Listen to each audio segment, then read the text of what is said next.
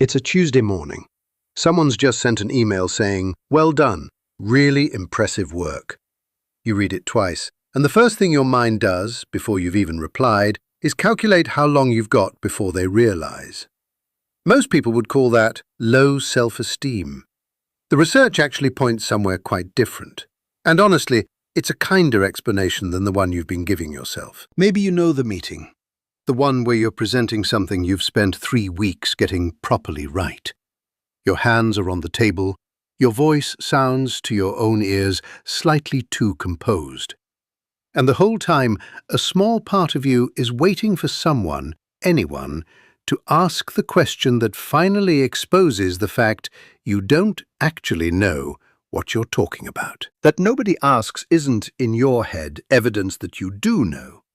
It's evidence that they haven't looked closely enough yet. Psychologists have a name for this. They call it the imposter phenomenon, and a little later, more loosely, imposter syndrome. It was first described in 1978 by Dr. Pauline Clance and Dr. Suzanne Imes at Georgia State University. They weren't studying people who were struggling. They were sitting across from medical professionals, graduate students, working academics, women who had cleared every bar placed in front of them. And almost all of them, quietly, believed they'd somehow fluked it. Clance and Imes wrote something rather specific in that original paper. They described an internal experience of intellectual phoniness, the persistent sense that success was down to luck and that eventually one would be found out. Intellectual phoniness, not laziness, not incompetence.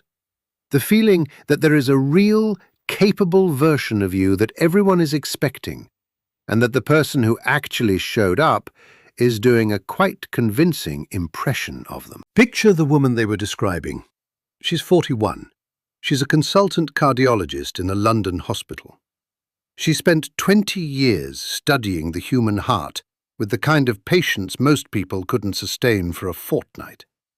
And on the drive home, after a perfectly competent day, she's mentally rehearsing the moment her colleagues finally notice she's been getting away with it. That's the pattern Clance was sitting across from.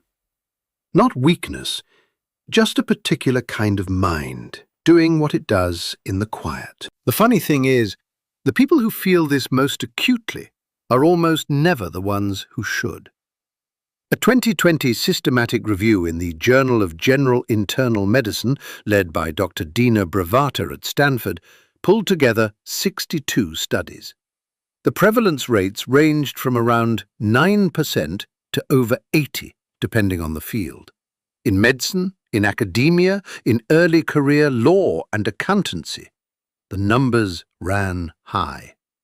The people we trust to catch what we've missed, quietly convinced they're one bad shift away from being exposed. You can see why this might feel a little isolating.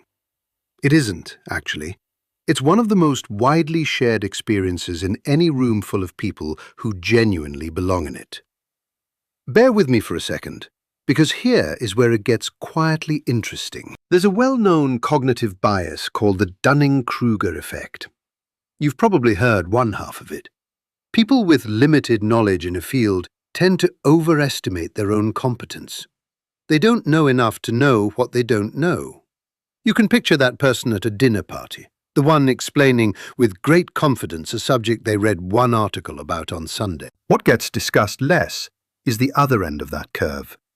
Because as you build real expertise, the picture inverts. You start encountering the actual complexity of your field. You notice the edges.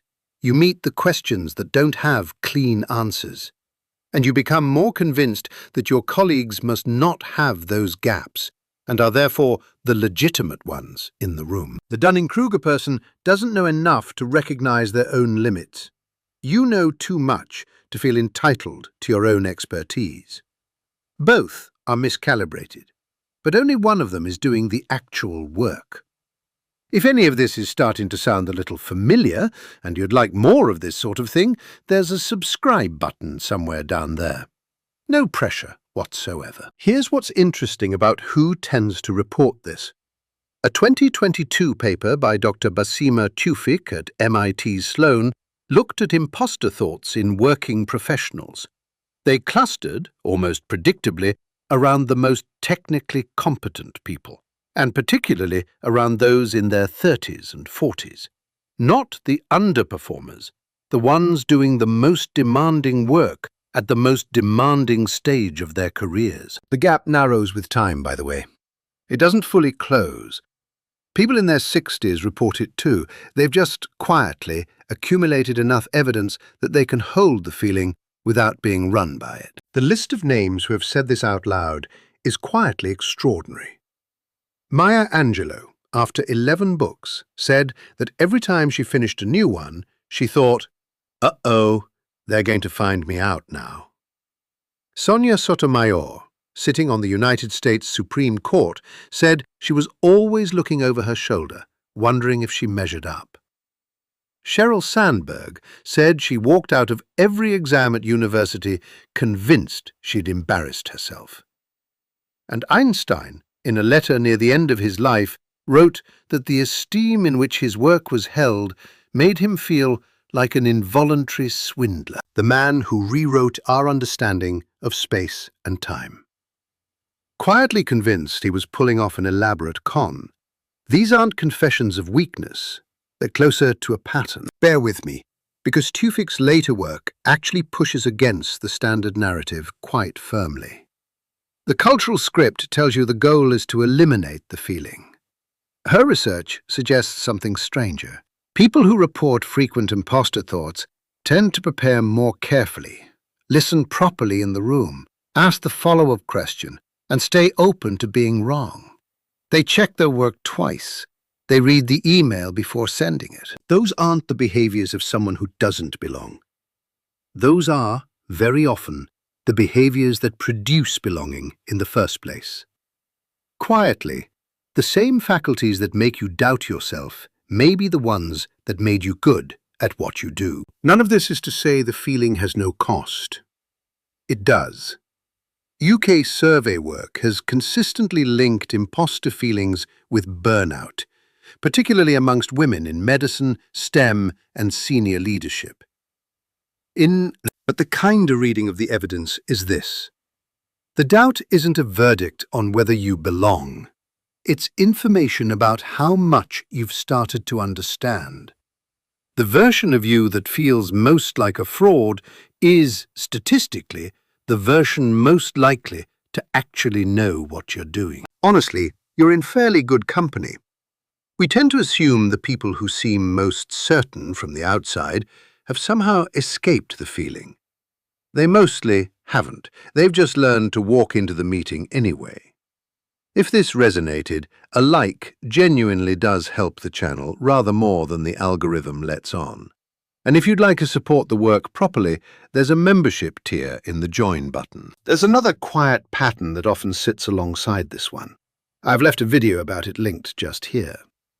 Quietly, the suspicion that you don't belong is one of the most widely shared experiences in any room full of people who actually do. And that, honestly, matters more than people give it credit for.